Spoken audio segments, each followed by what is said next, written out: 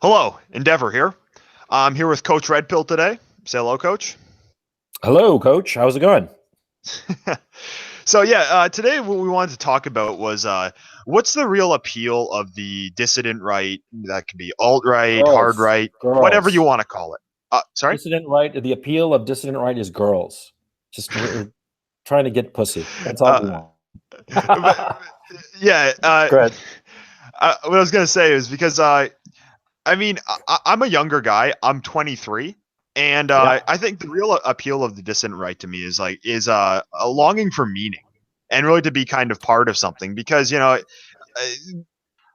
I'd say that the reason I really found this is because of my love of history and reading all these like Hmm. amazing stories of the British Empire, of just all these amazing stories of European history, and really just seeing that contemporary Western society, it had a very negative view of its own history, and kind of just a longing to have like the same kind of meaning and the same kind of pride in a culture that really is just not available to us in the modern day, and that's really what drew me to it. And I just wanted to have you on, Coach, because I wanted to ask, like, as someone who's like a few decades older, what do you really see as the appeal of the dissident right to younger generations and even to people as yourself?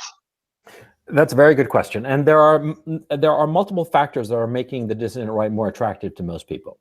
Okay, number one, and I think principally, is the issue that at this point in time, historically or culturally, it seems that the left is spouting bullshit and not depicting reality as it actually is, whereas the right, especially the dissident right being, of course, the non-corporatist, non-beholden right of the GOP, well, the dissident right seems to be accurately depicting the reality around us. What do I mean by that? It means that the dissident right, we're actually talking about the things that are affecting people. We actually care about the opioid epidemic. We actually care about income inequality and wealth disparity, gross wealth disparities in the Western democracies. We care about the fact that students are being overwhelmed by debt, and we are being sold this notion that going into debt for an education is the only possible way to go, which we realize is just not viable. The dissident right, as I see it, is opposed to neoliberal economic orthodoxy, which at this point in time is the dominant narrative of both parties towards the center, the quote unquote mainstream. Both the Democrats and Republicans, the Tories and Labor, they are all in favor of neoliberal economic policies. Same goes in France, same goes in Germany. But we believe in the dissident right that the neoliberal economic paradigm is just not creating a just or equitable society. It is not creating a good society. In point of fact, it's creating a very disbalanced society. And so there's that aspect, the fact that we are giving an accurate assessment of reality. Then the second factor is what you mentioned, which is the issue of meaning in life. See, it's very important to have a goal in your life, something that gives it meaning, that makes it matter. It's very easy to fall into this nihilistic trap that it's all meaningless and nothing really matters, and we should just like surrender to our hedonistic desires and just act that way. It's easy to do that, but it's easy to do that, and that is basically what the left is offering. But people don't want that. What do people want? They want meaning in their lives. They want their lives to have a purpose.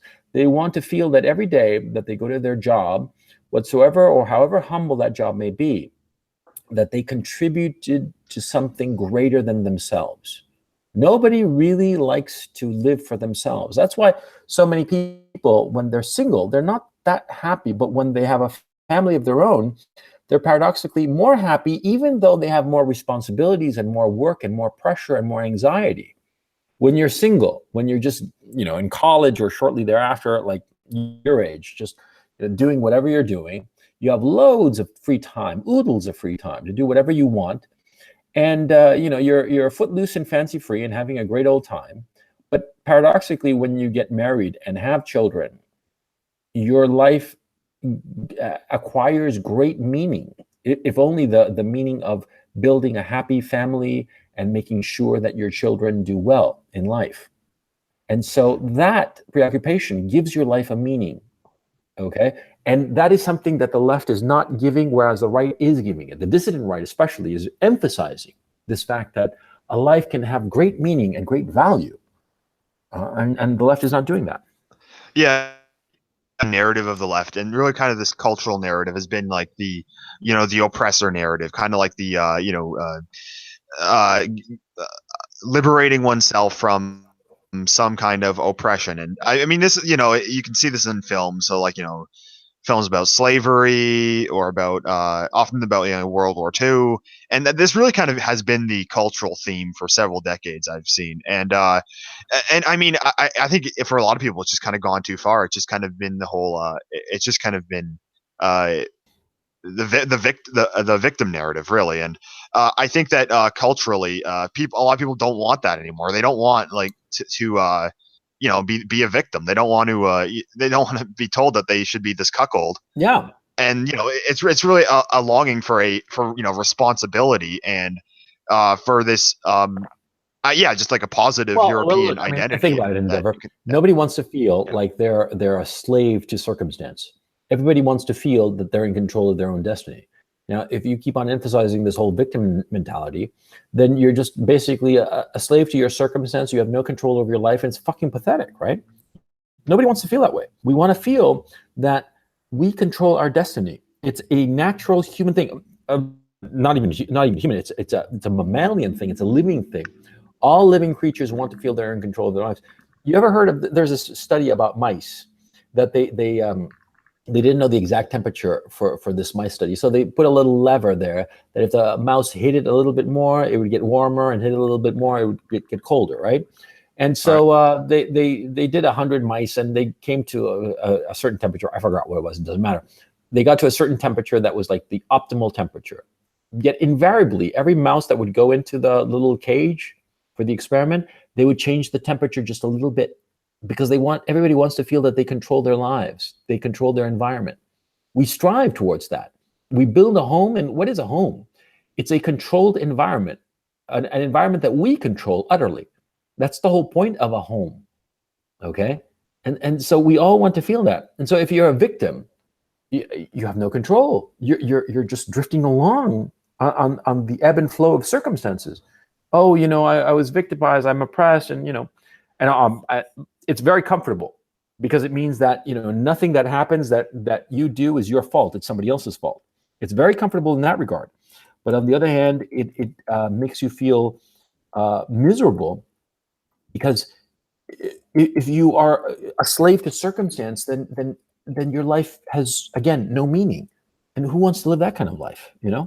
Yeah, and I think one thing that kind of the right has going for them right now is that we're kind of going by biology, because they work on all this like indoctrination on to get men feminized, to get women to reject femininity. Yeah, masculinized. And like, for example, at the university I was at, they had this one like billboard saying, "We're challenging masculinity. Come join us so we can question the oppressive gender," the SJW bullshit. And but I think though that no matter how much indoctrination they do, men want to be leaders. Men want to have responsibility. And I think also, women probably want to have families too. They want to be mothers, and I think that's really something we have going for us.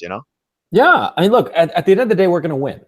Okay, this is the thing that everybody on the dissident right has to understand, and get up off their asses. We are going to win because we're on the right side of history, because we're not peddling something that is unnatural and unwholesome and not real. Or forget about wholesomeness on the moral sense. Forget about naturalness in the moral sense. I'm talking natural in the biological sense. Okay, we are peddling things that are true, objectively true. Women are happier having children and forming families of their own. Men are happier striving towards goals that are greater than themselves. It's just the way that human beings are. That's what I said at the beginning of this conversation. The right is more accurately assessing reality. The dissident right in particular is more accurately assessing reality. I think that the problem with the dissident right is that right now we have got a lot of problems with certain truisms, certain things that are true that are politically complicated to digest. Principally, the issue of race realism. There's the issue of race realism, and people are talking about the ethno-state. And we have to figure out a way to square the circle, because race realism and the notion of an ethno-state turns off so many people. It's just, people don't want to talk about that. People don't want to go in that direction because it brings in all kinds of notions of Nazis and shit like that. And nobody wants to be a literal Nazi. Okay, so that's a problem that the dissident right is having. But I do believe that the dissident right will sort itself out at some point. To use the great Jordan Peterson line, meme at this point, we are going to sort ourselves out as a movement. Okay, we just need to be a little bit patient and not fall for the temptation of purity tests, political purity tests, and purity spirals. We have to try at all costs to have our disagreements and hash them out and get to a solution that appeals to all of the dissident right. That is the everything from the crypto fascists all the way to the slightly right of center, non-Republicans. Okay, the alt-right, the hard right. I consider myself a member of the hard right. The alt-right, the hard right, the alt-light. Everybody has to be on board, and we all have to get behind one program, and we all have to get behind a political leadership that is pushing forward for goals that we can all agree upon. We don't have to agree with every single goal.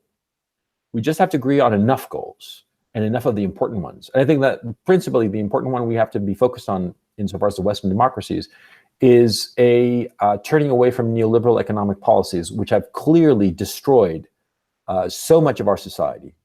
This pursuit of GDP above all else, this pursuit of a healthy economy, quote unquote, which has created high GDP, but generalized misery. We all recognize that. So we have to turn away from the neoliberal economic model and come up with something better, something where people don't feel so alienated, something where people feel that they have a future.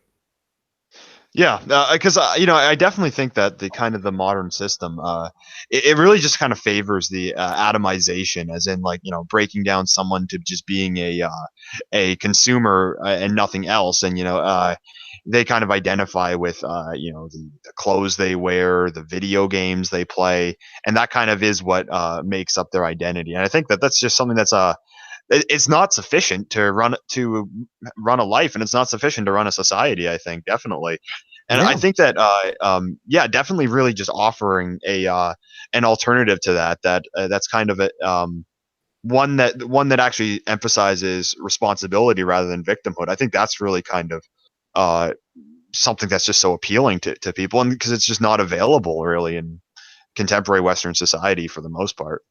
Well, the great thing about this victim narrative is that eventually I think people are going to just get fed up with it. And I think it's getting to that point because everybody's a victim. Everybody's a victim, and it's just kind of pathetic. And where does it end?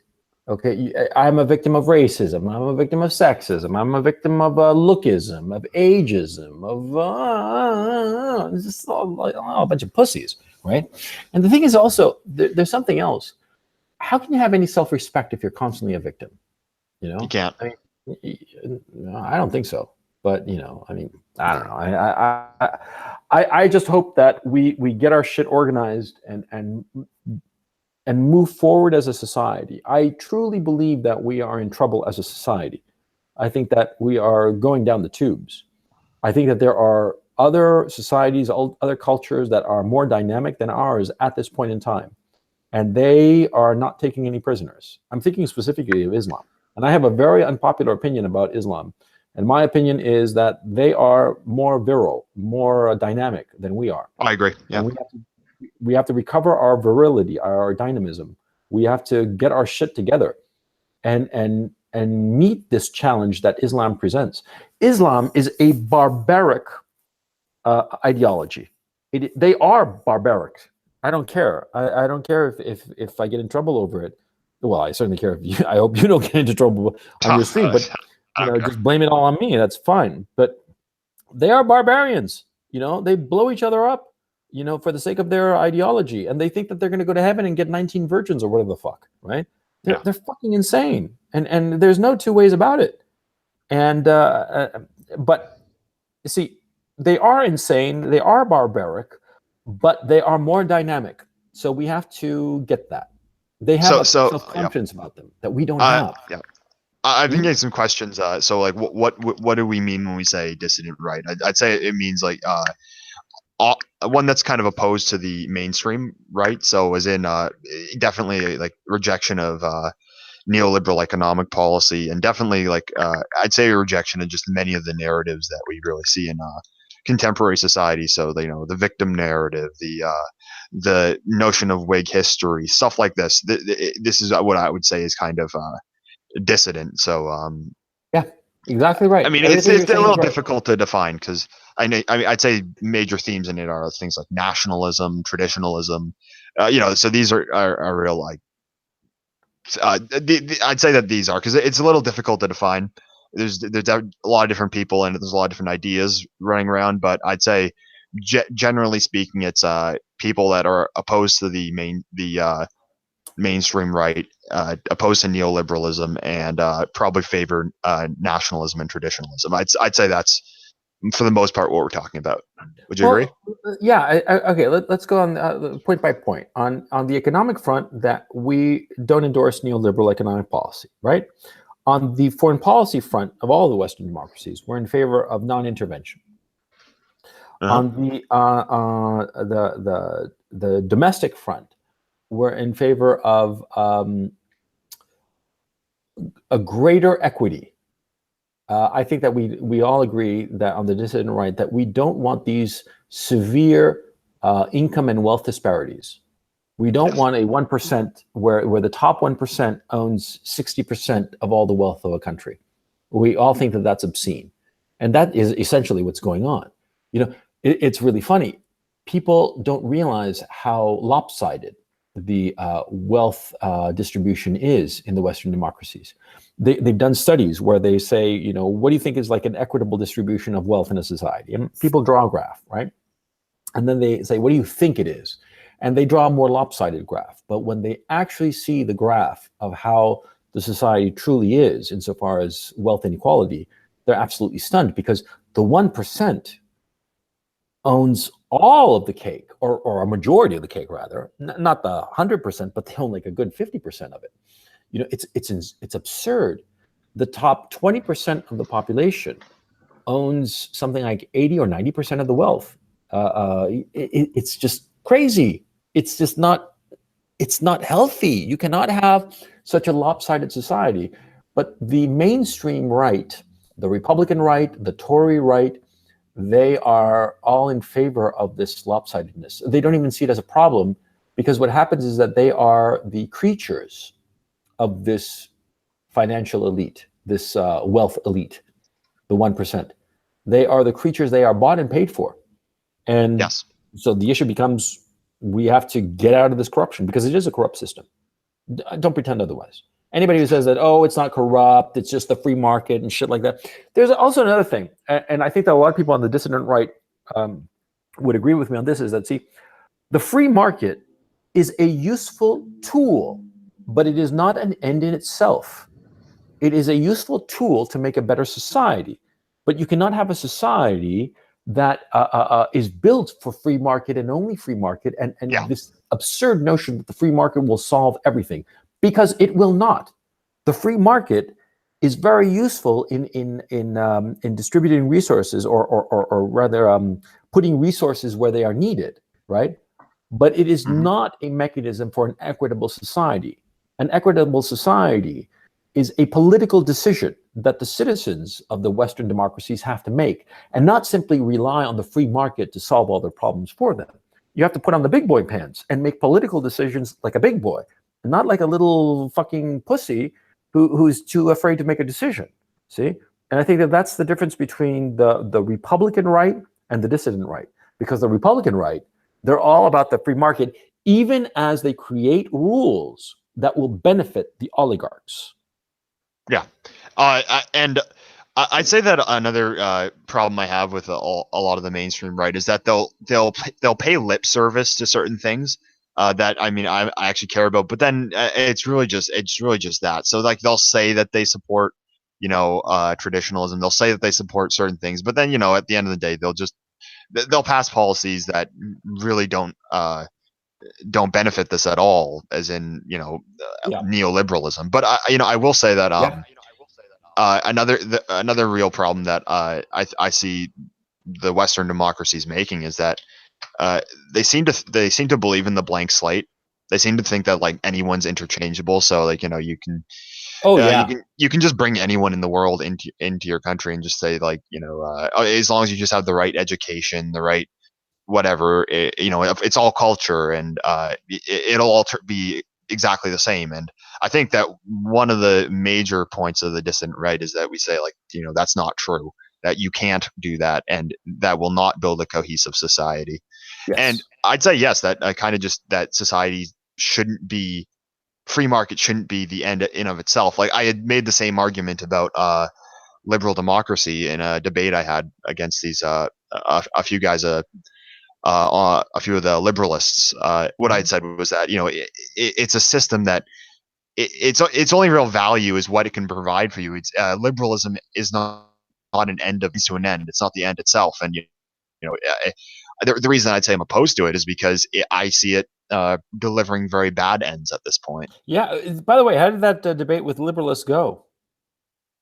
It went well. Uh, What did they I'd believe? say that the real What did they believe in? the real hang up was on really just whether or not we'd use identity politics or not, and secondly, just practicality versus principle. Because pretty much what I said to them was that you're not going to be able to implement any of these things when the current system is giving ways to people like Jeremy Corbyn who are going to completely destroy what you're trying to gain, and he's using that system. Yeah. Well, my look, I'll tell you my concern at this point. My concern at this point is that our society is becoming incredibly polarized between the left and the right, because of the communications technology and because of how our society is currently structured, we are becoming atomized, and the left and the right are becoming more and more disenchanted with one another, and there's less and less need to interact with your political opponents. Because when you interact with your political opponents, you often as not automatically assume a more conciliatory approach. You don't spout off thunder and lightning when you're actually face to face with the other guy, right? Yeah. And that leads to political compromise, which is a good thing.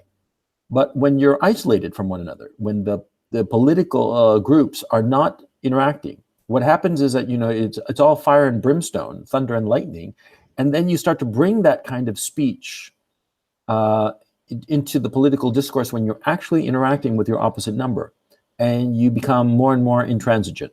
And my concern is that the left and the right are becoming more and more disenchanted with one another, intransigent with one another. And there's also another issue. Just as the dissident right is on the rise, you're seeing hardcore socialists and really communists are rising on the distant left. And that is something very troubling.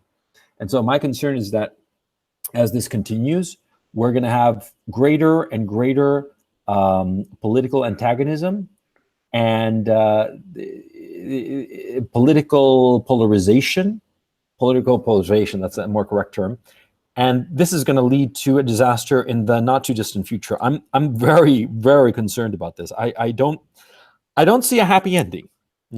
I don't see a champagne room at the end of this political process that we're in the middle of. Yeah, I'd say I agree. I agree with that, but I also think that in a way that's kind of a good thing because because the current trend we're going on, if things don't change, there'll just be a total victory for the left, and it's clearly not what I wanted. If turmoil is what gets people to join the right, then I'm happy with that because they're the ones that are the left are the ones that are in control of the universities and the media. So yeah, and if things aren't changing fast, well, then it's generally just going to drift in their direction.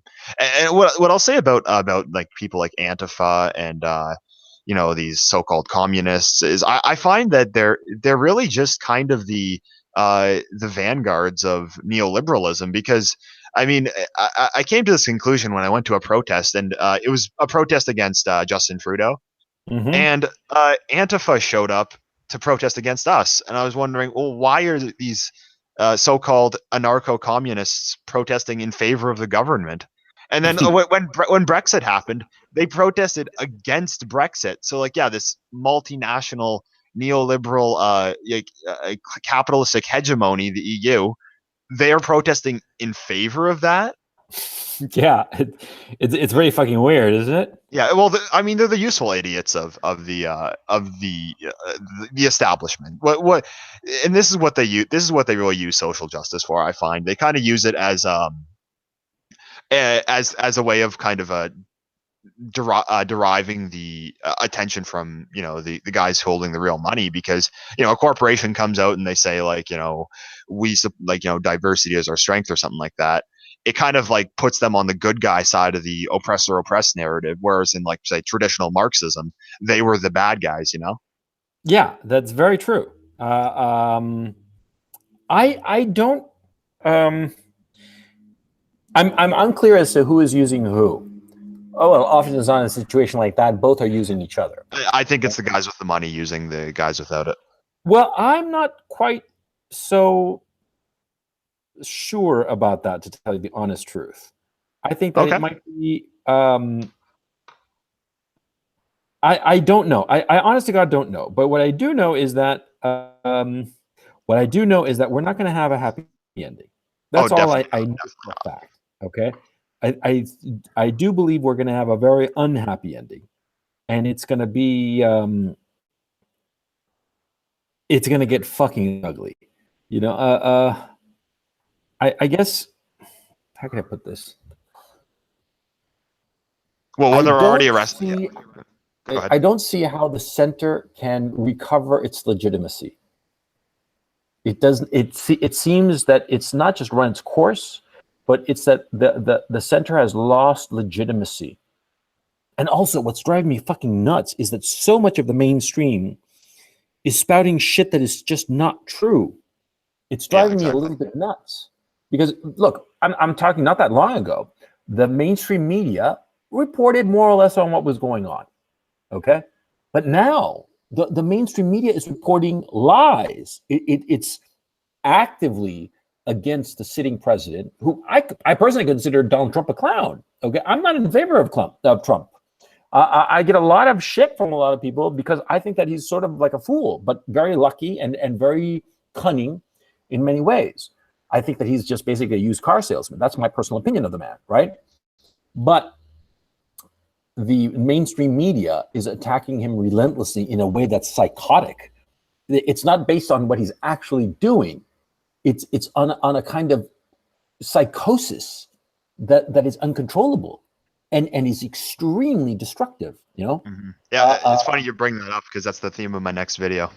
Oh, what is it? Please tell us. Oh, Donald Trump and the Trump era. So I'll be talking about this stuff in my next video. But yeah, continue, Coach.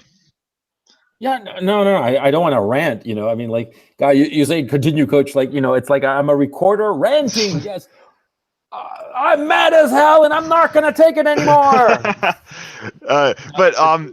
It's like they're telling lies about reality, and there's nothing more abhorrent than that. Because if people tell you a lie about reality, not that they're mistaken, but they're telling you an active lie, okay, that reality can bite you in the ass. That reality can come and kill you, okay? Yeah. So that's why it's so dangerous.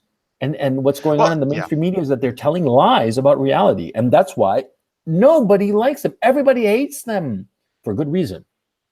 Yeah, and I'd say that one thing that's really going to cause the dissident right to grow is just when all these things, when all the realities of the decisions that have been made in the past, 20, 30, 40 years, when all these things really come into fruition, which they are now, and I think 10 years from now we're really going to see it. I think that's really going to be what's going to make the dissident right grow, because when they tell you, diversity is our strength, well then, why is, like, why are these neighborhoods like segregating so strongly? Why do I feel less at home in my own country? Why are my prices keep going up?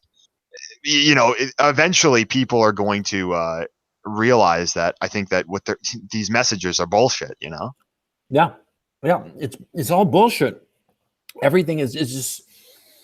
Oh man, I'm sorry. I get so upset about this because you see, you can't live in a society like that, and I don't understand why the media all of a sudden has become so, such lying fucks. Because bottom line, that's the only thing that you can say about them. They are like fucking lying fucks, and I just don't understand how that happened. Why is Well, it that? Go ahead. well, I think it's because they're panicking, really, because I think people are starting to realize they aren't telling the truth, and that's why they're just getting more and more aggressive, because they really don't have the ability anymore with social media to just like create truth, because people will find out, like with Tommy Robinson, for example. They put a publication ban on Tommy Robinson's arrest and trial, but then Right. it's exploded on social media, so they can't control that public opinion anymore. And I think that that's really what's driving the mainstream media crazy, is that they're kind of losing their control on what people view as truth. Yeah. Oh, by the way, on chat, Louis 14th asked me, aka 1685 violin. Isn't that a Paganini violin? I know the He guy. He's a says, good Coach guy. Red Pill. Yeah, he says, I'm sure he is. He says, Coach Red Pill, so you support a little bit of protectionism? Fucking A. I did. I think that the whole notion of comparative advantages sounds really, really good in theory. But you see, in a functioning society, you should not have the idea of comparative advantages with other countries, okay? Because it will create classes in your own society, in your own country, that are underemployed or not fully employed. Now, you'd think that comparative advantage would precisely avoid that issue. But what happens is that, see, in the idea of comparative advantage, insofar as neoliberal economic policy is concerned, it applies it. Comparative advantages only goes to the high-end occupations. But you see, in every society, you need people to sweep the floors. So, yeah, sure, other people, you can import that lower-end labor. Or what you can do and should do is what the Japanese do, which is they don't import cheap labor. They simply pay the cleaner more money. Okay, they pay the cleaner more money, and so his wage is closer to the wages of the CEO of the Japanese company, because the Japanese consciously decided that they are not going to allow the poorest members, the lowest end of the socioeconomic, the members of their society on the lowest end of the socioeconomic spectrum, to be shoved aside for the sake of neoliberalism and comparative advantages. They have decided consciously that they'd prefer to pay the guy who sweeps the floor more money and make less profit, but have that street cleaner, that sweeper, that garbage man or whatever, live a better life. See, and that's a valuable thing. We should be copying what the Japanese have done. Okay, because so many neoliberal economists, rather, like people like Paul Krugman, who I despise. I've had a few run-ins with that son of a bitch.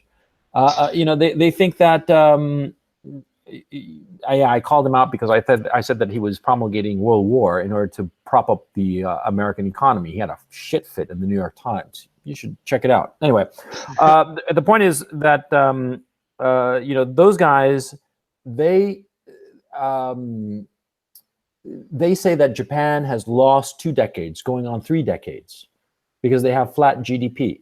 And it's true, they do have flat GDP. But see, the Japanese recognize that GDP growth is not the measure of the health of a society. You ask anybody who lives in Japan, you have very little crime, you have a generally content populace, you have a situation that it's pretty idyllic, but they have flat GDP. Is that a shitty society? No. I mean, which do you prefer? Do you prefer to have the society we have, which is chaotic, morally bankrupt, kind of disturbing and despicable in a lot of ways, but has high GDP, or a country that has, flat GDP or even shrinking GDP, but the people are actually happy and they get along, and it is a coherent, cohesive society? I much prefer the latter. I'm weird that way. I don't Yeah, worship yeah. GDP. Yeah, and I think that one other thing that really is just gonna make the far right, dissident right grow is just economics, because my generation, we're not going to be as rich as our parents, and we can hear like all about GDP, but the reality is for us, life is extremely expensive. It's very difficult to get established, and so when you're being told that we need to raise the GDP, well, it's like, well, what about the workers, and I think on top of that is like, it'd be one thing if you're in this kind of economic situation, this not so good economic situation. It'd be one thing if you had the community, you had this culture and all this other stuff you could be proud of, but on top of that, you have the media telling you about like white privilege and all this bullshit, and it's like there's nothing in the mainstream that I like, and I think that's what a lot of people will realize eventually. Yeah, this white privilege is just so much bullshit. How exactly are you supposed to be privileged if you don't have it, if you're flat broke and you're dying under the weight of your student loans? How exactly are you privileged? I would really like to know that. I Yeah. just don't understand what the fuck are they talking about. These people don't know what the fuck all they're talking about. Yes, and by the way, Chad says language, coach, language. Yes, I know I have horrible language, but that's me. It's Bell. Sorry, Bell. Language. I know. But anyway, chat says, how far do non-racialist dissident writers cooperate with the white identitarians of the alt-right? Jonathan Pohl asked that.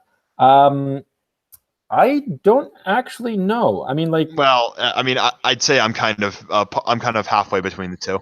I mean, I'd say I'm a nationalist. I don't call myself alt right, but I can understand why someone would call me that. I mean, to me, I think that eventually all of them are gonna. I would like to see all of them as in one movement, and I oh, think they'll do it'll one sort movement. itself out. Yeah, they're gonna Yeah, join up into one movement. That's just yeah. that's in the cards. Okay, it's just an issue of like, when is that going to happen? But I wouldn't worry about that. What I do worry, look, the thing that I'm worried about is that I still feel that there's the old, I guess I'd be a civic nationalist in the old days. I still believe that we can somehow fix the situation and come back and have the political center be representative of the vast majority of the people. I'm talking 80-90% of the people. But I still hope that, but I don't see that happening. yeah, I'm losing hope because it just seems that the political center, man, they just don't know what the hell they're doing. And they keep lying, and they're so goddamn corrupt. And the people are becoming angrier and angrier. Because, see, everybody always says that, the fucking political leaders are corrupt and they don't listen to people, blah, blah, blah. They always say that, okay? This has been going on since time immemorial, right? But the thing is, see, now it's actually appearing that way. There are a lot of people who just do not like what the mainstream is up to. And that's, yeah.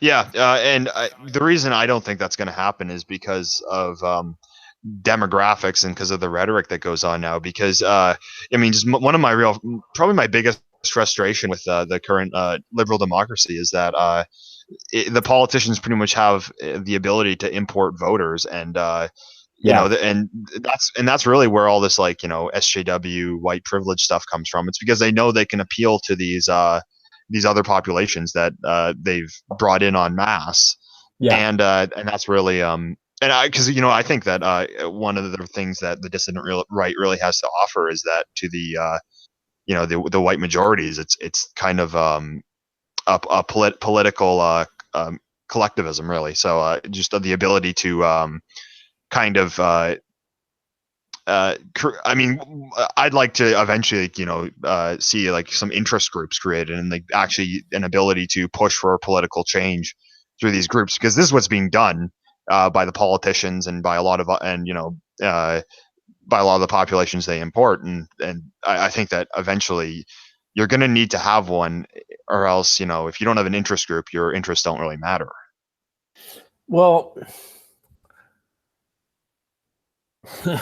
I'm thinking here, and I'm just, we're in a hell of a fix. We're in a fucking hell of a fix, and that's it. Okay, and so I just hope that the crash, when it happens, when the polarization leads to the breakdown of our society, I hope that we get over that period quickly and it's not drawn out. Because see, my concern is this. See, we're clearly seeing a polarization of the country between the left establishment and the dissident right. Yes. Now, But we there have will to come. remember, though, that the left establishment's a lot bigger. Yeah, they're a lot bigger, but we have the guns, and we're organized and we're smart. And I think I would venture to argue we're actually smarter than the guys on the left. The guys on the left think that they're smarter, but we actually are smarter. We're smarter and better prepared.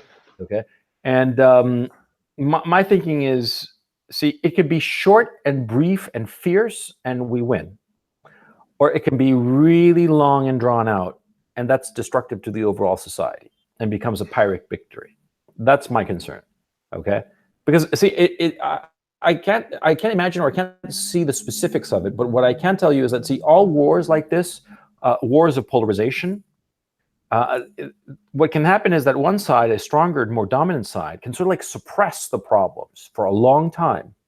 And on an economic level, I would venture to say that the mainstream has been suppressing the true economic weakness of the Western democracies since around 2007. As you know, I follow economics very, very closely. And since 2007, we have not had a healthy banking system. We have not had a healthy system at all in any category. We're teetering on the financial precipice. And so my thinking is that, and we've been teetering, and they've been keeping it up since 2007 by way of various interest rate shenanigans, principally quantitative easing and the stealth monetization of the federal government debt and the European sovereign debt. They basically printed money and managed to manipulate the situation so that nothing goes bankrupt insofar as countries are concerned. But they're all very weak economically. And this is going to collapse, but they've been able to suppress the problem for going on more than a decade. Okay, and over this past decade, we've seen it by various metrics that our economy is not in the healthiest of states, and even by the metric of GDP, which I despise, the Western democracies have been basically flatlined for the past decade. Not one quarter of Barack Obama's presidency experienced more than 3% growth rate. Okay, so, and I, like I said, I don't subscribe to GDP as the measure of an economy, but I'm just giving that example that even by the metrics of standard economic theory, the Western democracies' economies and the economies of the United States and Canada have been weak. Okay, they have not been as strong or sturdy, and they have not been delivering the employment opportunities that one would expect in a healthy economy. We see that by the opioid epidemic. We see that by a whole host of metrics, like, for example, that something like barely 20% of the US population has $1,000 for an emergency. Think about that. Less exactly. than 20% has $1,000 for an emergency. I mean, everybody's living hand to mouth. That is not a healthy society. That's a catastrophic society. Okay. So anyway, this by every metric, the powers that be in the mainstream middle have been able to suppress the economic problems. Okay, and they festered. My concern is that the political problems that the dissident right is essentially a symptom of, they too will be suppressed, and they will continue to fester until they explode in a very ugly way, like a sore, like a pus-filled sore exploding. I know that that's a disturbing and disgusting metaphor, or simile rather, but you get the point, because it is going to get ugly like that. And that is my fear. And I don't see a way to solve the problems, the underlying problems. Yeah. I mean, I think we're already kind of seeing that in Britain in the last few weeks, and with them arresting Tommy Robinson. I mean, they kicked other activists out of the country. They're arresting people online for so-called Islamophobia, but then they're allowing radical Islamists back into the country. Like, I think they know that. I think that they know that they've screwed up, and they're really just. And I think that the politicians in Britain right now, I think that they're just trying to save themselves, because they know that the decisions they've made with multiculturalism, mass immigration, the economy, and all this stuff, I think they know that they fucked up, and they're just trying to. And right now, they're just desperate to suppress it to save themselves. And I think that's kind of just going to make it bubble and bubble under the surface, until eventually it explodes. Yeah. I think that is going to happen. But anyway, let's move on from that. What else would you like to talk about? Because we've been talking about this, and I think that we're boring our audience. Or actually, I'm afraid that I'm boring the audience, so you have to entertain them a bit. Well, I guess that one of the things that we can really talk about that the dissident right offers, I should say, is culture.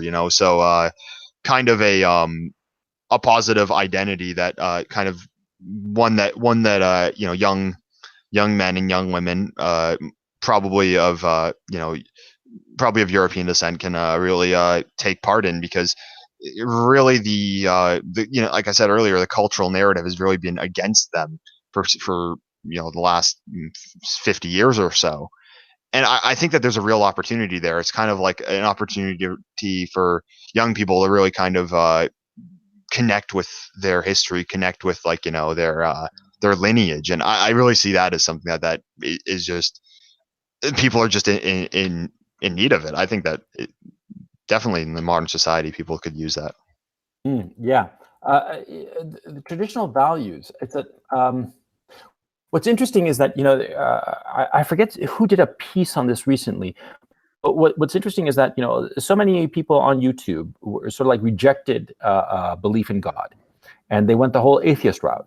But then they rejected belief in God, and they trod that path for a while, and then they realized that a life without belief in God becomes a nihilistic crusade to nowhere.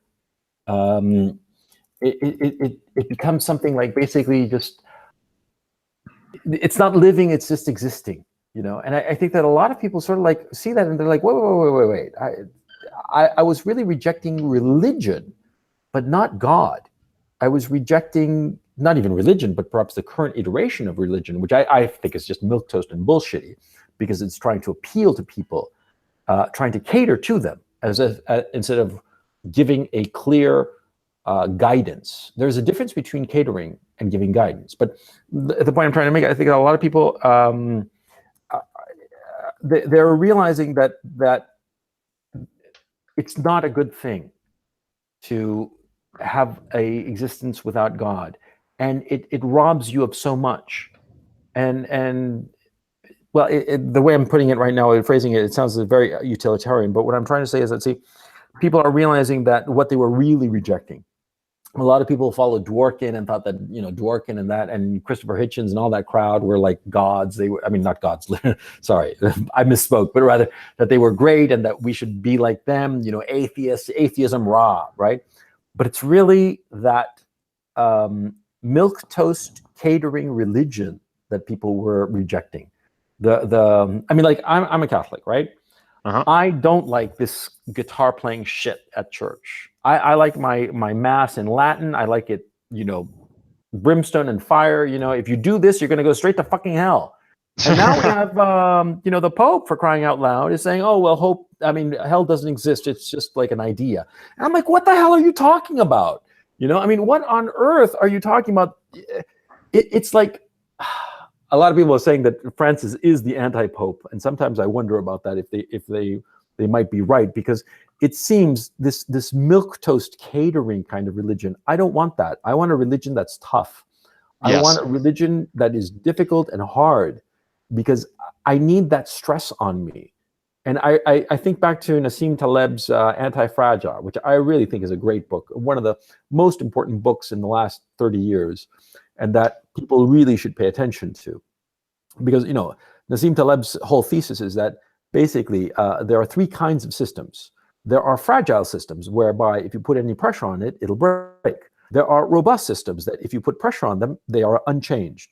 And then there are anti-fragile systems whereby if you put pressure on them, they become stronger. And the obvious example is a muscle. The more you exercise muscles, that is, the more pressure you put on the muscle, the more you demand of the muscle, the stronger it becomes. You lift a barbell, a 20-pound barbell every day for 60 reps, and in a month's time, your muscles are going to get a lot stronger than they were when you began, right? That's an anti-fragile system. And it seems to me that spiritually, we are the same. With greater obstacles, with more difficulty, in our path, we become stronger, spiritually stronger, morally stronger, and stronger in every regard. And I think that perhaps the weakness of our society might be a result of the ease of life that we have. And maybe a good old crisis, a good old like quasi-civil war would be a good thing for our society, Yeah. What I would say is the real appeal of traditional Christianity. And I definitely think, in the distant right, not everyone is Christian, but a lot of people are. I mean, I myself am a Christian. But I'd say the real appeal of it is that it actually makes salvation hard, and I think that's a good thing, because one of the problems with contemporary churches is that they try to make salvation, they try to make it a given, they try to make it an easy thing, like and also if you look at the data, conservative churches, those ones grow. Progressive churches are dying out. They're just no one's going to these, and I think that one of the reasons is because people don't want a watered down version of religion. They don't want it to really just be easy for them. Now that they've accepted, they said that they support same sex marriage. They say they allow for abortion. And I mean, when you just kind of give up all your beliefs you've ever held because someone that doesn't even believe in your religion wants you to, it's really quite pathetic. And a story I can tell you is that there's this one guy I talked to, and he was part of a sect of it was called the United Church of Canada. It's just SJW shit, It's it sounded like SJW shit, yeah. But basically, what he said to me was that it would be culturally insensitive for me to try to convince someone of a different faith to join Christianity. And what I said to him was, if I didn't believe that this was the real faith, why would I be practicing it in the first place? And he couldn't answer to me. He just beat around the bush, Yeah, exactly. Culturally insensitive. I'm sick and fucking tired of this cultural insensitivity shit. If your culture is so goddamn sensitive, then maybe it deserves to die out like the fucking dodo bird. You know what I mean? Don't say this bad thing because they're going to be upset. Like, fuck that noise. I mean, it just drives me nuts that people are so they're so goddamn sensitive about every little fucking thing. And it's exhausting. You have to be like on the lookout. And on top of that, they use it against you. That's why, to everybody listening, this is what I do. When I offend people and anybody calls me out on it, I just double down. Oh yeah, that's what Trump does, and it works. It works. It works like a charm. I don't want to talk about the goddamn faggots. Why are you calling them faggots? That's a culturally those cocksuckering cum chuggers. Fucking A. And yeah, they go away. I mean, like, because see, here's the thing. If you try to kowtow and placate somebody who is offended, this is the same thing as with a small child placating them whenever they have a tantrum. Okay, if you do that, you're dead meat. Okay, you cannot be placating these people. You have to fight them tooth and nail. You have to go against whatever they say. You have to blow them off. Tell them to fuck off. The worst language. Bell, if you're listening, I'm sorry, but it has to be said. You cannot placate these people. You cannot placate your enemies, because these are your enemies at the end of the day. And I know that I'm contradicting myself. That before I was saying that I hope that we could find some sort of revolution, and here I am talking about people on the left, i.e., members of our society, as the enemy. But they are. They want to destroy us. They want to destroy everything good and decent and moral in this earth. They want this, unadulterated hedonism, this insanity. They are promulgating aberrations. They are celebrating transsexuality, pedophilia. They revel in this kind of decadence. and you have to fight it, and you have to say this is fucking wrong, because it is. When that girl, or that girl rather, that boy, Lactatia, that child, it's a 9-year-old child, it's a boy, but dressed up as like some I know the homosexual. one. This is the worst decadence. This is a child that has been turned into a sexual object. That's what it is. Because, I've seen other 9-year-old children, 9-year-old boys and 9-year-old girls. They don't look like sexual objects. They look like little boys and girls who are off playing, doing whatever they play.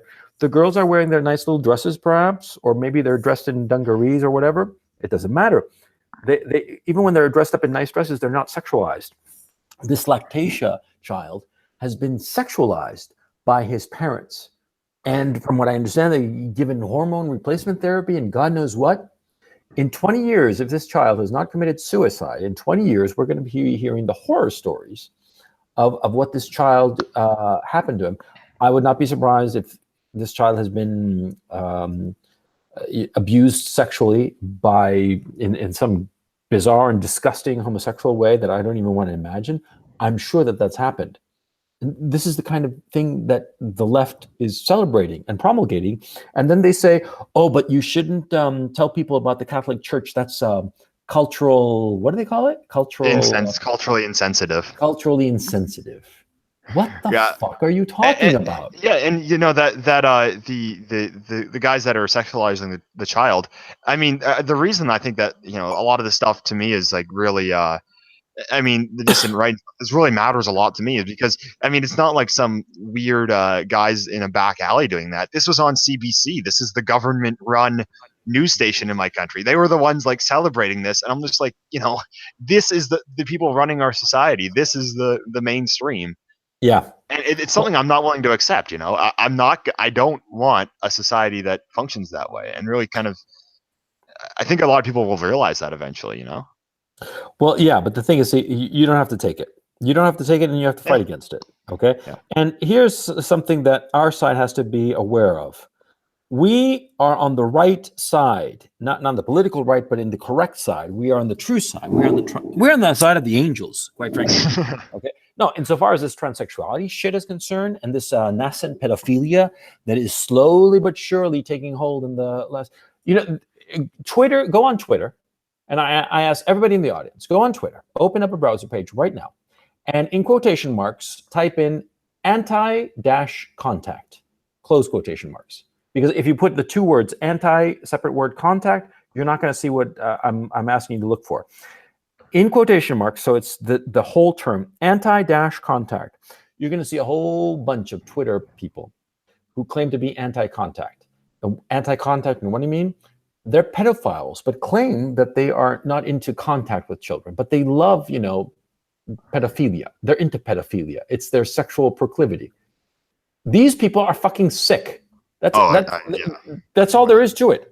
Okay. And they can dress it up and try to rationalize all their perversions. But bottom line, they are sick people who are being encouraged to indulge in their perversion. Okay. Mm-hmm. And see, first it was we put up with the gays, okay?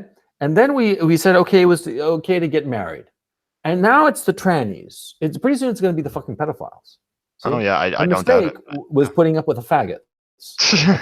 Gays? No, it's true.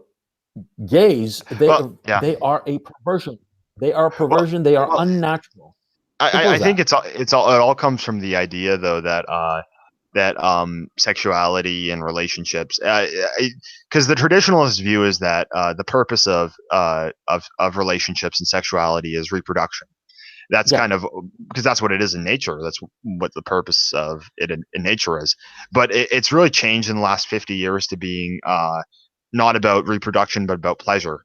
And that's what's justified, that's what's justified everything up to this point.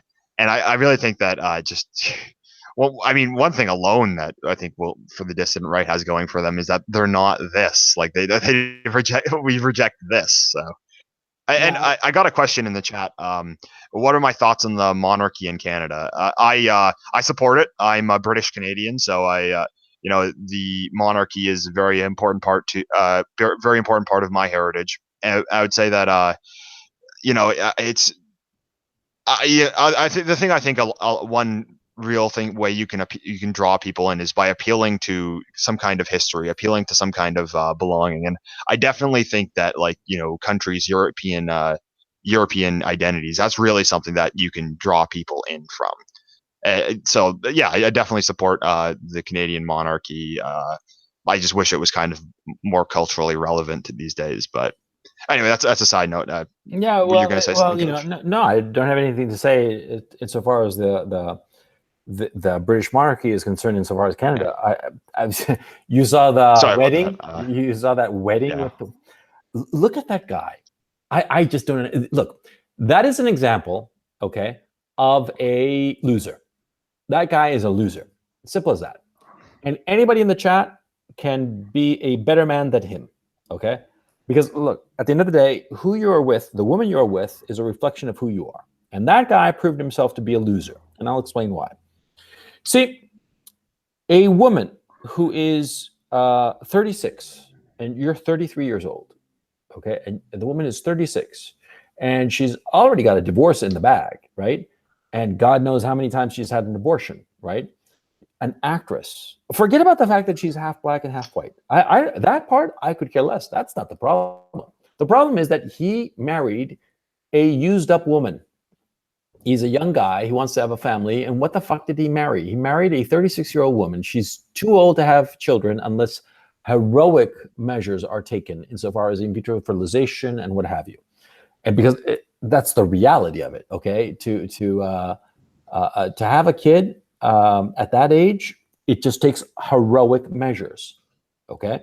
So she's way too old to have a kid, okay? Or to have a kid easily. She's an actress, for crying out loud. God knows what she's done because she's a successful actress. You see, one of the dirty little secrets about acting, and I can tell you this, for actresses, good-looking actresses in particular, see, is that in order to make it, they wind up having to do kind of a lot of awful things with a lot of awful producers. And this is the reality of the business. And it has always been the reality of the business. That's why a lot of girls who want to be actresses, they sort of start doing it, do drama and stuff like that in high school, crap like that. And then all of a sudden they start to get to the realm of the professional and they realize it's full of really scummy people. And they drop out. They decide, no, I want to, keep my moral framework, my moral frame, and not have to sleep with these horrible people, men and women, by the way, because a lot of female casting directors are homosexual and they demand sexual favors of actresses that they will place in jobs. Okay, and it becomes an awful situation. Okay, so this actress, this woman, is a successful actress. Okay, she's a successful actress. What does that mean? It guarantees that she has had to do a lot of fairly scummy things to get to that position. Okay, that's the reality, and I know this because I used to work in the business. I know how it is. Okay, guys like Harvey Weinstein. It's not that Harvey Weinstein was the exception; it was the rule. Oh, what's that? Is that you or me? I was fixing my audio and I hit something on by accident. Oh my God, it's JF. Hello, JF Gariépy. We have joining unexpectedly. Yeah, I sent him the link, and I was hoping this fellow Canadian would show up and teach you Endeavor a lesson as to the big brains here, because we only get the big brains here. How you doing, how's it going, man? Doing good. I don't have much time because I'm working on a video on the Braving Rune disappearance of the internet. But I thought I would come to see my friend Coach Redpit. It's been a while. It's been a long time, man. And thank you so much, because Endeavor, I sent JF a message. It's no problem. And telling him that we were streaming and yeah. JF, if you don't mind me asking, what do you think the real appeal of the kind of dissident right, far right? What do you think the real appeal is in the modern day? Well, it's an appeal that will either be appealing or a society as we know it will disappear. I mean, our liberties will progressively be chipped off, and the world will get dominated by a sort of Canadian type of social democracy, which is probably anyway. I mean, I'm Canadian too, so I mean, I don't want that to happen. I don't want the rest of the world to look like Canada. But yeah, I mean,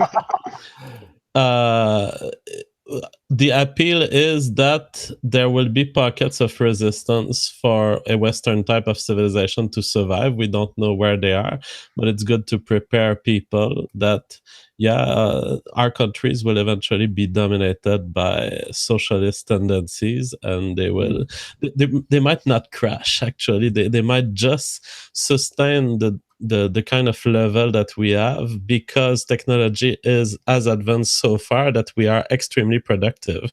The people don't get to benefit from this productivity, but in the mass of I would say of people that we are farming into humanity, there are people benefit from it in the sense that they can live under this regime and make babies, and they will continue making babies. One thing that I was really on my mind lately, and I think so you're from Quebec, JF, and you obviously know a lot about Quebecois culture and history, correct? Yes. I mean, Yeah, I'm not an historian, but yeah. like a good Quebecois, I know the history of my country. Yeah, so like I'm a British Canadian, and I mean that's my culture, and it's kind of the identity I identify with. And I know that Quebec, though, like throughout its history, it's really like it's really been a struggle for it maintaining its own cultural identity, maintaining its French heritage. And one thing that I really just thought in the last few days is that the current way the country's going, and with the current immigration policy, none of that's ever going to matter in 20 years. Like their entire struggle to maintain their French culture, that's going to be gone in a few decades. You mean for Quebec people? Yeah, I mean, what will it matter if if Quebec people are a minority in Quebec? Yeah. I mean, it won't matter because we abandoned the idea of protecting our culture, but we could have done it 40 years ago. We could have done it 20 years ago, maybe, but it won't matter. However, there are maybe local hopes in the sense that the immigrant populations are they pretty much concentrated in Montreal, and there is hope for an eventual secession. I'm not saying short term, but eventually maybe the Quebec people will get together in the very northern part of Quebec and maybe develop an independent country there. But we're far from there politically. Yeah, I mean, because I lived near Toronto. It's kind of where I grew up, and I mean, Toronto was a British city. It had Scottish neighborhoods. I'm of Scottish descent. It had Irish neighborhoods, and all that's gone now. I mean, you can't. It looks like it never existed at all. And really, that's kind of just. I wish that there was a bigger pushback against it. It's just something that's really it's really quite sad. But I think that in the long run, I hopefully one of the things that's really going to draw people to the far right is just their a longing to really kind of maintain that and to really preserve a lineage that has lasted for so long.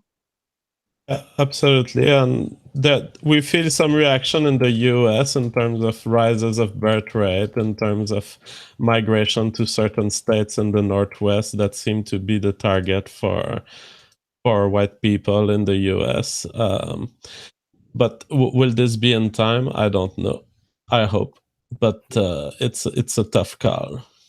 Well, I think that JF and I look at the situation from different but very complementary points of view, because JF tends to view it, and correct me if I'm wrong, JF, that you view the situation that we have to come to some sort of political solution, or there's a political solution one way or another in terms of either slugging it out or the dissident right winning somehow.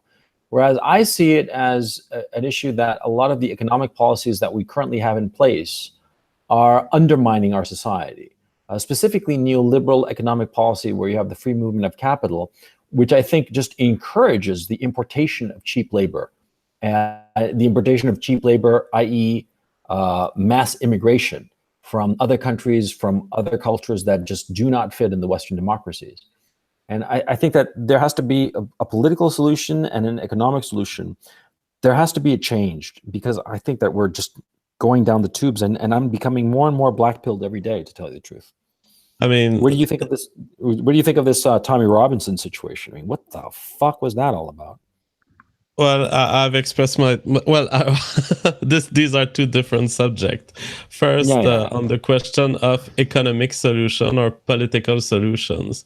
Well, the problem that you point to is real, but you have to go to the root of it. The root of it is democratic control by people who benefit from this system.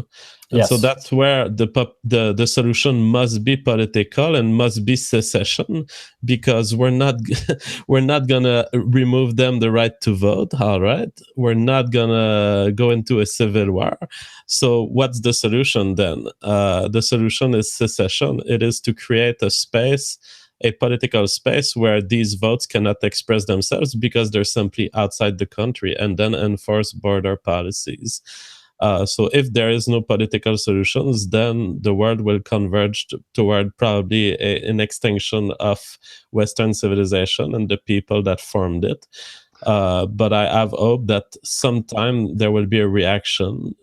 It will be there might be some countries that will survive, or some pieces of countries that will survive as truly Western. Yeah, I think it has to be. I think it's a cultural solution first. So there needs to really be a cultural demand for kind of preserving the Western civilization, and really the Western tradition. I think that's what needs to happen first, and I really think that's kind of what kind of the dissident right, alt right, far right. I think that's kind of really what it's starting out as. It really needs to be a cultural movement. We need to actually have we need to have communities. We need to have events and stuff like this. This really, because that's to me what really springs political action. And yeah, I think that that definitely, if you're actually going to come to a political solution, there needs to be a will for it. And I think that it's going to come from a cultural movement first. Yeah, I mean, cultural movement, they at least preserve the ideas across generations. And so I think that a reaction to the current state of Western civilization might occur maybe in 50 years, maybe in 100 years. And so the advantage of a strong cultural transmission is to preserve this idea that there was such a thing existing as liberty, and it got overtaken through democracy, and that the next regime must handle this problem first. We must create a constitution that protect liberties, and that protect white people from an invasion by migrants, and from a democratic control by minorities, and by people who do not benefit from a system that is aimed at success and at competition. Yeah, two solutions that two scenarios I've been thinking of are either partitioning different countries, and B, possibly having policies that are similar to Israel, whereas in there's a special status for the majority population that maintains that. Because the real problem we have is that we see the be all and end all of our society being liberalism. We see it as being democracy as the be all and end all of our society, and equality. And you can't run a society like that. You need to have a people, shared history, a culture. That needs to be the most important thing in your society, and the political systems should be structured to benefit that. But we don't have that really. And Canada is the worst case probably on the planet. It's one of the worst, of denying its own existence, and denying of any sort of idea of a common culture or tradition. And it did so. Probably Quebec had probably a role in this whole multicultural aspect of Canada being so aggressively defended was often used as a tool to combat Quebec nationalism. But now Canadians find themselves in a very wrong spot, in that they are now a threatened minority too, or about to become a minority, and there are now forces in the country that will benefit from this liberalism and multiculturalism to the extent of destroying Canadian culture. Yeah, because Justin Trudeau, he knows that he can import as many Muslims as possible. He knows he's going to get those votes, and he'll pander to that population. He'll censor criticisms of Islam. He'll give them special privileges. He'll he'll exempt them from, the cultural degeneracy that the rest of Canada is affected by. And, eventually they're going to try to shape the society in their own image. And I mean, because this just generally happens if you allow yourself to be taken advantage of, you're going to be taken advantage of. And that's really kind of the system as it's set up right now in the Western countries, since the majority population does not act in its own interest. It really is a system that's just being used to take advantage of that. Absolutely. And what will happen to Canada is probably what happened to Iran. And it will happen probably over 100 years, and we will reach something like a Muslim majority at the end of this 100 years. So I have no hope for Canada personally. At this point, I have hope that my message as a part of a dying culture would at least transmit itself through YouTube to another Western civilization, maybe the US, maybe Hungary, maybe Poland, I don't know. But that people will understand that being part of a dying culture is a terrible process, and it lasts decades, and it lasts intergenerationally. And you don't want that. I think that a good constitution for an ethno-state would be one that, yes, gives a priority to the existing people, that severely limits immigration, and that says the political action of our government is not to subvert the biological interest of the population. It is to serve it. And also the constitution should limit the extent to which the government grows and grows on people and takes parts of the economy, and should leave it to the free market to handle these things. Mm-hmm. Yeah. Go ahead, Coach. No, I wanted to shift topics a little bit. I know that JF, you don't have much time, and I'm genuinely very curious, so that's why I'm asking. Sorry for butting in this direction, but what's your video on Braving Ruin going to be about? Well, it's just gonna be a rest in peace video, and there's gonna be some sad piano music, and I'm just gonna quote some things that he said, and he's gone. Wait, Braving Ruins? He's gone? He's gone from the internet. He disappeared yesterday, I believe, or the day before. He deleted Twitter, all of his YouTube videos, all of his Discord channels, and his Discord account. He's gone from the internet, which from the information that seems to be partial right now, it seems that he was, and I have some private communications with him, it seems that he was intimidated essentially away from the internet. He was extorted to abandon his internet presence because people had information on him from the crowd team, and he had grown a huge fear and lots of anxiety at the idea of being attacked by crowd.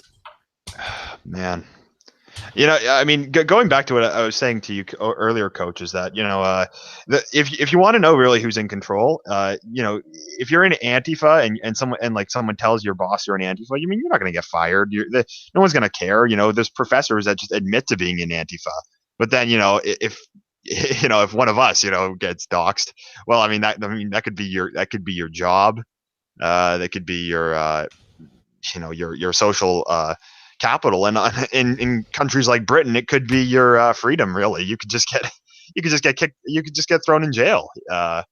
And yeah, because these are the guys we're dealing with. They know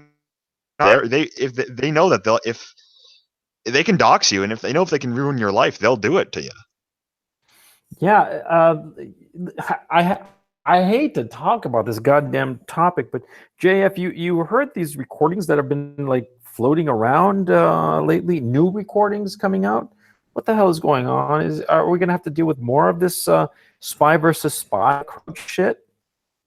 Yeah, I'm interested in what comes out. However, it's coming out very partially. So essentially, there are new leaks from Crowd, the Crowd Discord servers and its discussions.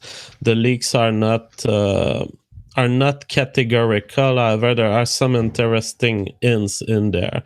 First, there is Crowd saying that he's getting encouragement by Sargon of Akkad to come back to the internet. And Kraut says, I can't because I'm toxic property. And so essentially, Kraut has self-shame about some of the things he's done in his life and his links with mainstream political people in Europe, which I will not name. But he's afraid that his presence on the internet would eventually lead people to have an interest in doxing him and potentially understand the link that Kraut has with the political forces in Europe. So that's probably what he means by toxic property. Now, there's also other reveals in the short videos that were revealed up to now. There's the fact that Kraut says that Sargon knew about you, Coach Red Pill. Sargon knew a little more doxing things that he admitted up to now. And so from the statement by Kraut on this recording, he indicates that essentially CRP was right. Sargon knew, and we don't know to what extent he knew, but it looks like from what Kraut says that it was more than what was yet admitted by Sargon. Wow. Oh man. See, I told you guys, I tell everybody, everything I say by definition is absolutely accurate. Okay. I told you Sargon knew, and it's coming out that he fucking knew. What just pisses me off about these guys the most is that like they're doing it for their own like egos, and like they have to realize this stuff that we're talking about, it's going to affect us in real life. Like, the mass migration's not stopping. The the hate speech laws, those are not stopping. Like Tommy Robinson just got arrested, and the British government's trying to kill him. This stuff is real, and Sargon of Akkad and Cuck and Low T, they're on about like their own egos. Yeah. It drives me crazy. They're LARPing at being spies, and look, at the end of the day, it's just fucking YouTube videos, for crying out loud. I mean, this isn't life or death that we're talking about. It's not like a super secret spying operation because, over there are agents of the Soviet Union and we're agents of NATO or something like that. No, this is just fucking videos for fun. Okay. And I mean, if they could actually damage to themselves. And if they could actually do something useful, like kind of like you said, like this guy, he has one of the biggest followings on YouTube in the political sphere, and instead of talking about the British government arresting Tommy Robinson, he'd much rather make a video titled "Feminism is Cancer" Part 392. Yeah. And look, at the end of the day, that a lot of these people on the liberalist side, aka skeptic side, aka Gamergate, aka atheist, right? At the end of the day, all they care about are the shekels. They just bang on the same old drum because that's how they get money, and it's kind of pathetic. They don't have an actual belief, an actual point of view. Like JF and I have very different kinds of channels, but both of us have a point of view about reality, and we're not interested in doing the same thing over and over again. We're not interested in saying feminist poopy head and SJW bad people all the time. We have interests. The JFs and mine are very different, but the thing is, we have other interests of other things that we want to do with our channels, right? Which I think that makes them more dynamic. If you're banging the same drum over and over again, if you're banging the same drum over and over again, you're just trying to shake the money tree over and over again. And eventually what's going to happen is that you're going to wind up with Amazing Atheist channel, which is 1 million subs, but very few people who watch his new content, because it got old. It got to be the same old shit. It got big, but lacked dynamism. And that sort of like circles back to the original conversation we were having, is the mainstream, the middle, the political middle, they got really big, really powerful, but they got, they don't have any dynamism anymore. It's the same old shit. And so that's why people are gravitating to the dissident right. Yeah. You see how I did that? How I flipped it around? Pretty cool, huh? I should get a prize for that. But yeah, I mean, because I think what we need to do on YouTube really is because you're not going to change the world through YouTube, no matter, even if you have 1 million subscribers. So I think really just the people that watch, you need to give them some kind of value. So perhaps with JF, it's exposing them to certain facts about science or stuff that they might not hear from the mainstream. I try to get like certain ideas out there. I mean, if just going on once a week saying like, feminism is cancer, donate to my Patreon, it gets old, and it's really just entertainment. You're not actually saying anything of value. But Endeavor, let me ask you, Yeah. what are you aiming for with your channel? Well, I'd say that I'd say my main goal is to get people to kind of realize, you are part of a great culture. You are part of this amazing lineage. I mean, you are the result of the greatest civilization that has ever existed, and you need to fight for it. It's there, and it's falling through your fingertips. You got to grab onto it, and just really you need to question the current system that we're under, because it's being your culture, your countries are being taken from you, and you really need to stand up for it. I'd say that's kind of my message, really.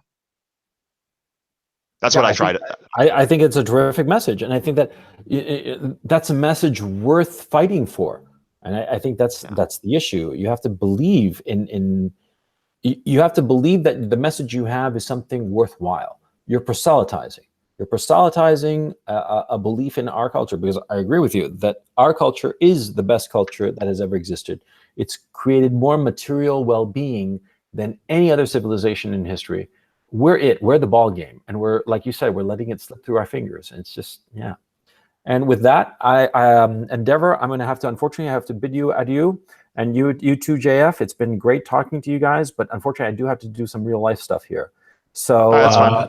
Endeavor, thank you so much for having me on your channel. And JF, got to talk soon and catch up. Take it easy, guys, and we'll see you soon. All right. Bye. Take care, Coach. So I'm gonna have to leave soon, but if there was something you wanted to discuss before, I'm open. Yeah. Well, I guess Canada's in a tough situation, but do you see kind of any do you see kind of any hope for the dissident right, far right taking off anytime soon? Well, it depends on how we define taking off. I mean, we could argue that it has already taken off, and that part of my success on YouTube is the manifestation of it taking off. So it all depends. People have this whole idea that it's gonna take off, like there's gonna be a 1 million YouTube subscriber account just talking about the right. Well, it doesn't have to be that way. And in the current YouTube environment, it's not gonna be that way anyways, because it's a miracle to be growing in the current YouTube environment, growing even of small amounts. So right now we are in a war of attrition on YouTube in terms of defending some ideas. And so I'm totally up for this war of attrition. I'm going to keep doing good content until other people get tired. And I have more energy than them. I have more life than them. I have more time than them. And I have more intelligence and more ability to compact in a small amount of time memes that will have a lasting effects on parts of the community. That's how I grow on YouTube. Now, a rise of the far right in terms of politics, no, I don't have any hope. The rise will come as a response to literal threat of genocide of the white people, which will come in the next 50 to 100 years. And then we'll see either if white people accepts to die, or if they just group together and form a separate political unit. What do you think the main message needs to be from the right? What do you think like the overwhelming message needs to be? I think time is on our side, and so I don't think that we should concentrate on a message. I think we should expand and just I think the best idea that I had, which represents what I want for the right, is I thought about doing a far right cooking show.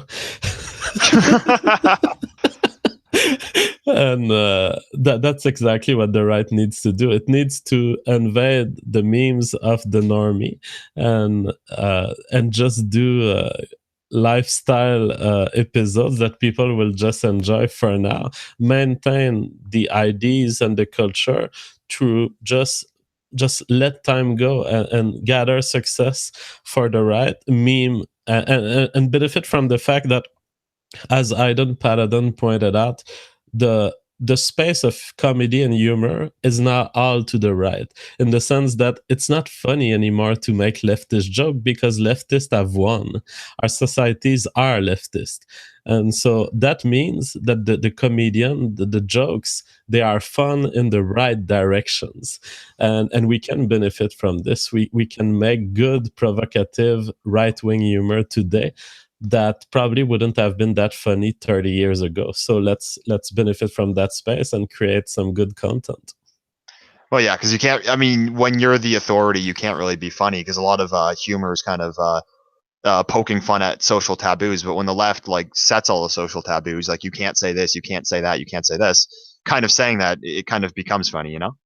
Yeah, and humor being fun because it's a subversive progression against authority. If the left has every outlet, every mainstream outlet, then the only things that are left funny are the right-wing stuff, and that's what I do on my show. Yeah.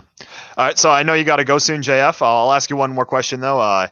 Of all the countries in the West, so North America, Australia, Europe, not including Eastern Europe, which one do you think has the best chance at seeing the next century as a European country, as a European identity? Not including Eastern Europe, then I have to do research on Australia because I don't know. I haven't looked at the demographics of Australia, but I'm not saying that it's a hopeful situation. I'm saying I really don't know. I think as far as the countries I've seen, maybe the US because of its Christian birth rate, maybe Norway because of its immigration policy that are not as shocking as Sweden, for example. People point to Switzerland in the chat. It's a decent possibility. It all depends on how much the strength of immigration will spread itself toward across the EU, because it's easy to look at the current situation of a country in the EU and say, oh, they're not looking that bad. But if you consider the fact that EU is kind of a force that pulls migrants and that kind of shares the burden of migrants, then the decision of certain countries today might affect these countries more in 30 years, because there will be easy passation of Muslim population from France to Switzerland. Because once you have French citizenship and you want to integrate Switzerland, well, the Switzerland agents, they cannot say, well, you're not European, or we're denying you because you're Muslim. So they're going to treat you as a French person. But once France is not white anymore and is not French anymore, I'm very scared about what will happen to the European countries around it. Yeah, I'd say that in my estimation, I think Austria's situation maybe is not as bad. Maybe Italy, they kind of have had a right-wing movement there. And yeah, I guess Norway, I haven't looked into that situation very much, but I'd say the ones that are in the most trouble are definitely Belgium, Britain, Sweden, France, Germany. I think if they can throw off their ghosts of the past, I think they got hope.